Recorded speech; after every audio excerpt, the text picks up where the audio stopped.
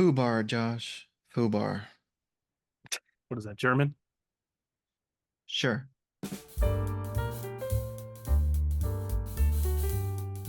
Welcome back to Crosscut. And since Memorial Day is approaching, why not go for a movie that celebrates veterans as well? So let's go with Saving Private Ryan. It's a classic. It's was 98, right? 1998.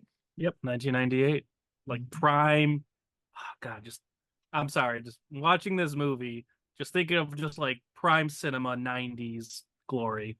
Yeah, Steven Spielberg. I mean, you can't go wrong with him. Steven Spielberg at top of his game, absolutely. Oh yeah. Like I remember watching this as a kid and uh I remember like parts of it, like certain scenes. I don't remember the whole movie, probably because I couldn't pay attention to a 2 hour or 3 hour movie at the time. But now rewatching it, there were some scenes that I definitely did not remember. Like most of the journey to like the French cities and everything like that, I barely remembered. The amount of detail that Spielberg put in this movie, the amount of research, the talking to actual veterans who actually served during that time for World War II. I remember reading somewhere that when the veterans actually watched the film that they said the sounds were so similar to what they remembered, especially during the like firepower and stuff like that.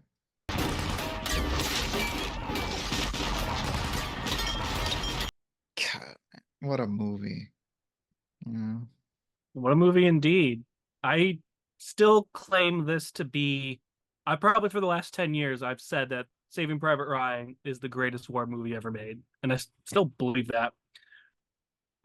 For a while, I was always saying that Full Metal Jacket was the greatest war movie ever made, and it's still a fantastic war movie. Oh yeah. But I really think Saving Private Ryan, which I've watched out of any war movie I've watched the most, is this movie. Yeah, I truly still believe that this is the greatest war movie ever made, and I don't know if it'll ever be topped. I just don't think there'll ever be a movie made again that there's been movies attempted, over the years. Oh, yeah. You had your Hurt Lockers, your 1917s, fantastic movies, Hacksaw but nothing. Ridge. That's another one.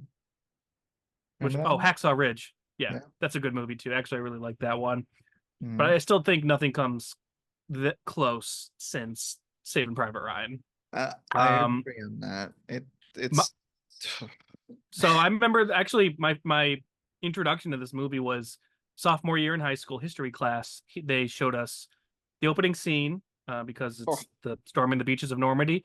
And actually, I remember my teacher saying, "Hey, this is like really violent." And I think I got like scared, so I just kind of like looked away the whole time. I was like, "Oh, I don't want to see this." So funny enough, I didn't watch the whole scene when oh it was like wow. that 27-minute whatever it is opening sequence of them storming the beaches of Normandy. I didn't even watch it, but then I finally watched this movie for the first time probably a few years later, maybe when I was like 19 or 20. And I Mhm. mean, watching it today, it's like the same reaction. I'm just like, wow, this Yeah. movie is incredibly well put together. Uh, Spielberg, you talk about how, those veterans watching the movie probably gave them mhm. some PTSD. When I was watching the movie, I kept thinking, if I was a veteran, I don't even know how I'd be able to watch this movie because of I what know. it would be giving me at the time. Yeah, like you said, So, PTSD would definitely come back for those. but he goes for that realism. You talk Yeah. about that opening sequence shot on 16 millimeter. Actually, that might have been like 8 millimeter. But they went for that handheld Oh yeah. aesthetic.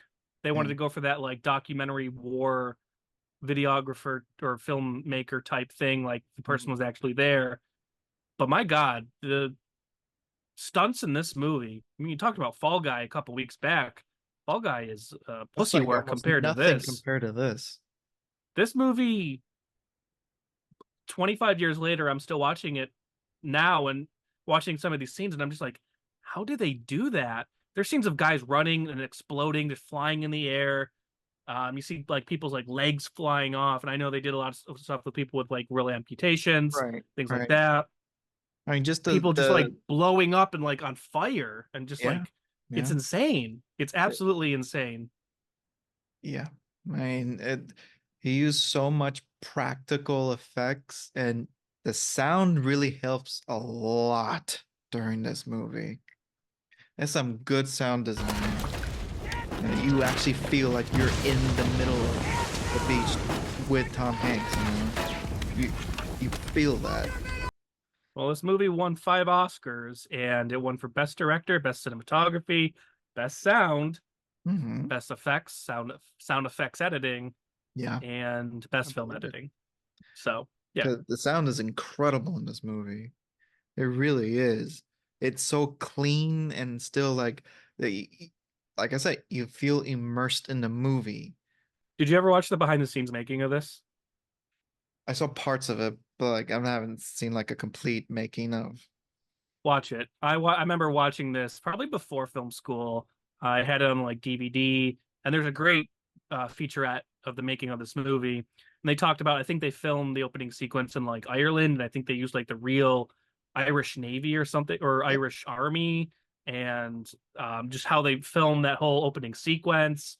I Mhm. mean, my God, how long do you think it took them just to film that opening sequence? Like months? Actually, there is actually a number that it took a lot, like double the amount of time that was originally planned for that. And they used almost like 1,000 extras just for that, plus the amputees as well. Right.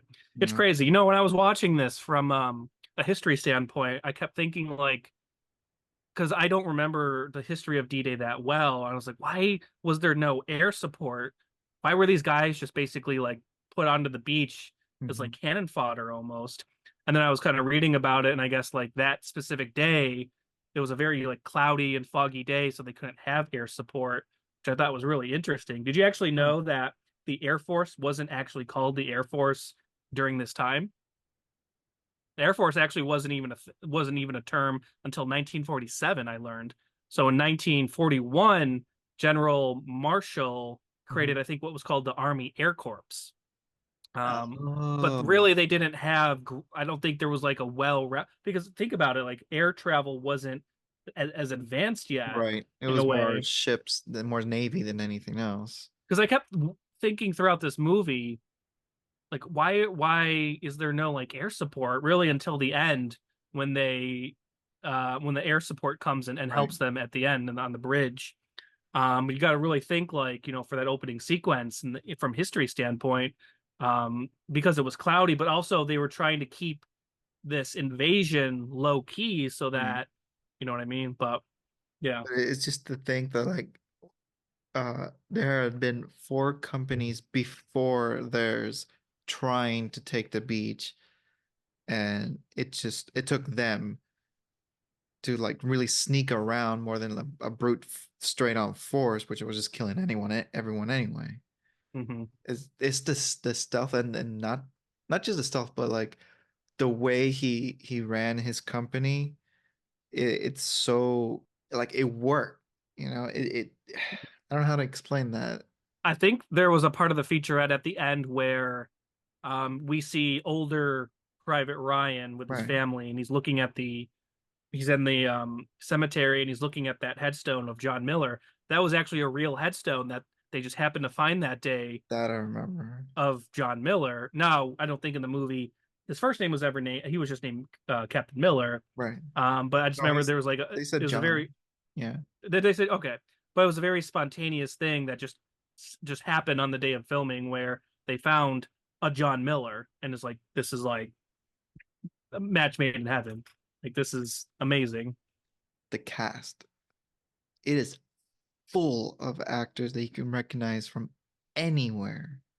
Oh yeah, every scene somebody pops up, and probably at Yeah. the time they weren't big names. Some of them No. were, What? but they'll pop up, and you're just like, "Hey, it's Nathan Fillion," or "Hey, Right. it's Paul Giamatti."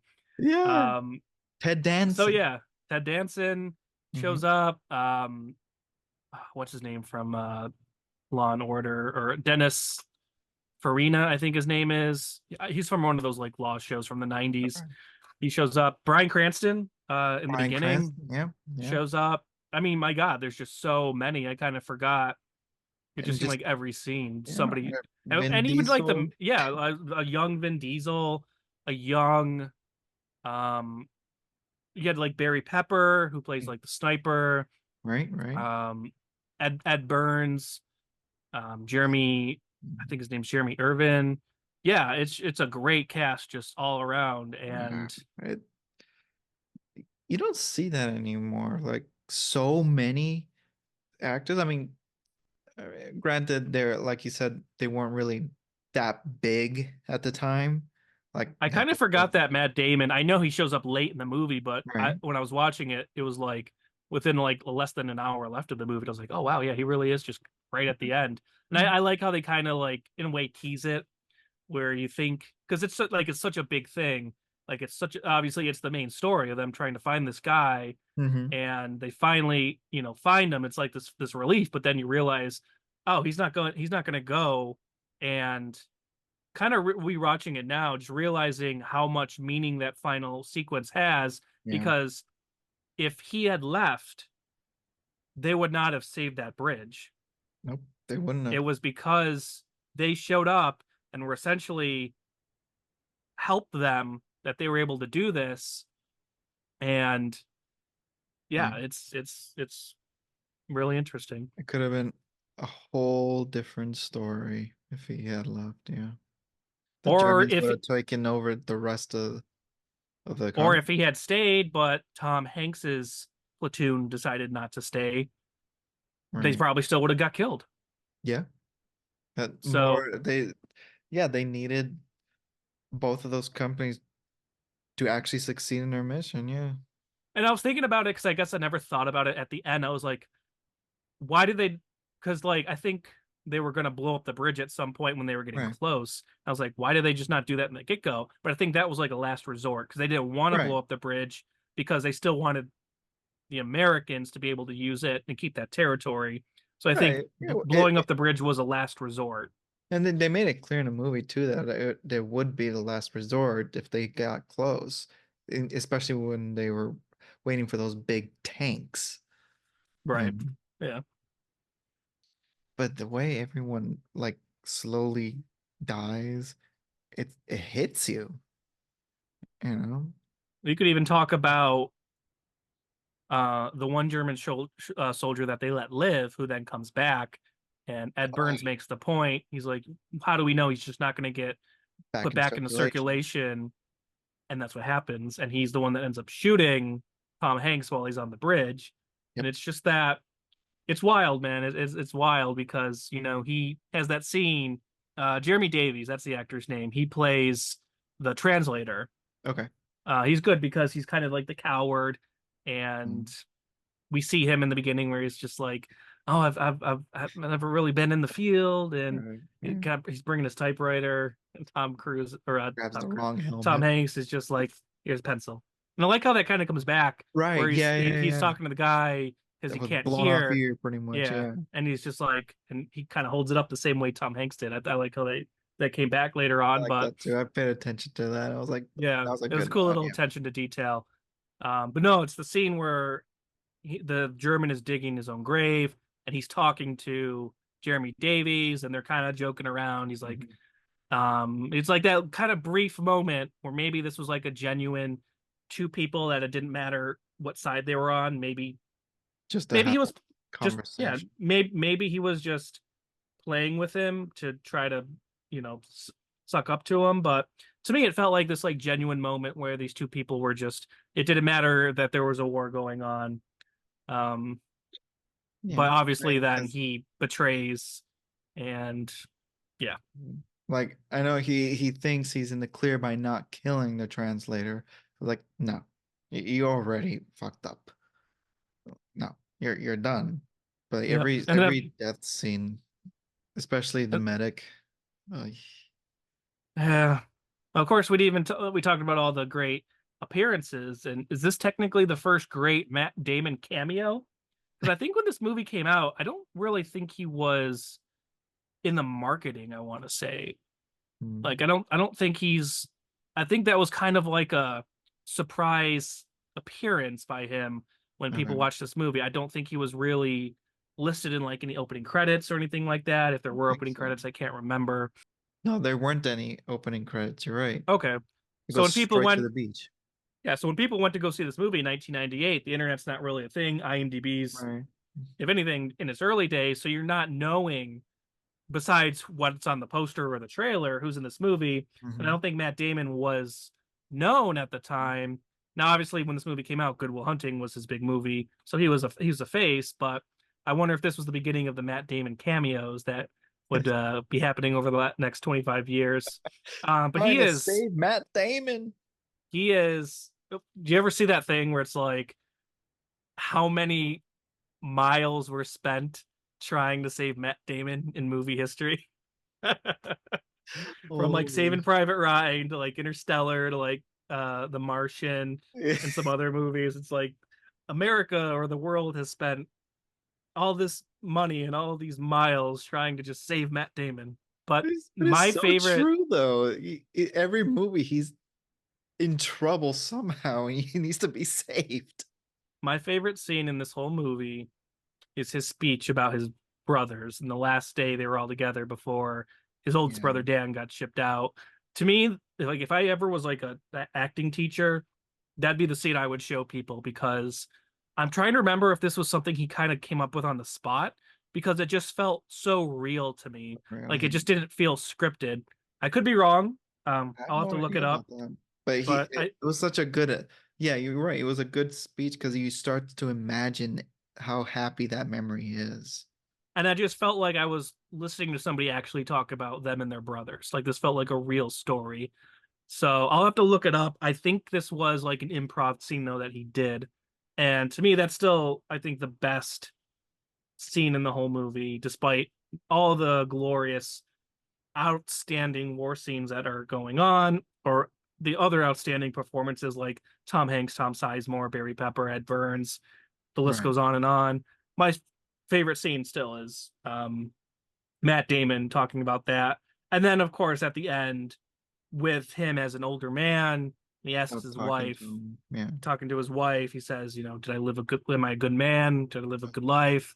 And it's just, it hits you, it really does. And it, He needed that reassurance that if he earned his life. right. And I think he did. You see that he had family and now he has generations that have lived because of these sacrifices that were made. And that's the symbolism of the movie. It's the sacrifices that are made for the country Yeah. so that we can have our generations to go on and on. And hopefully people do remember that for this upcoming weekend. Because Yeah. I'll be the first to say I'm guilty when it comes to, I forget about those things when I realize that we get a Monday off for work. I'm like, oh yeah, but you forget, It's there's a reason why it's called why there's Memorial a Day. Yeah, yeah. you gotta remember why you're celebrating this day off of school or this day off of work. Yeah. And you got the American flag right in the background. There you go. And that's how the movie ends with the nice American flag. Well, that's how it starts too. It's Right. bookended with the flag. Right. Yep. So So yeah, man, Saving Private Ryan. It is a masterpiece, I would say. truly it's hard for me to think of another war movie that I would say is better. I truly believe it's the greatest war film ever made. 100%. Well, that concludes our episode for Crosscut Saving Private Ryan in honor of Memorial Day coming up. Thank you everybody for watching. I hope you enjoy a safe and happy Memorial Day weekend. Once again, just remember why you're celebrating and what you're doing on Monday. Cut, print, moving on.